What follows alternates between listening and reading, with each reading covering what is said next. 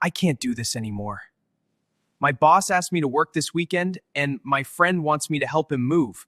I have zero time for myself. Then why did you say yes to both of them, Ethan?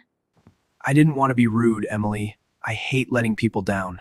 That's called being a people pleaser. You think you're being nice, but you're actually hurting yourself. If you don't set boundaries, people will keep taking your energy. But no feels like a mean word. It feels like a confrontation. Not if you say it with assertiveness. Setting a boundary isn't about being mean. It's about self-respect.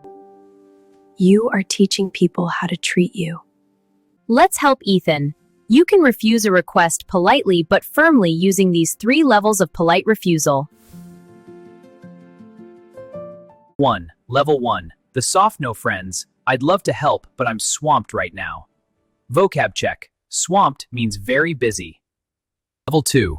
The professional no. I'm afraid I can't take that on. My schedule is full for the weekend. 3. Level 3. The firm for repeated requests. I appreciate you asking, but I've decided to prioritize my rest today. Try it now, Ethan. Tell your friend you can't help him move. I'm sorry, I can't make it this time. I need some time to recharge. Perfect! How do you feel? A bit nervous, but also relieved.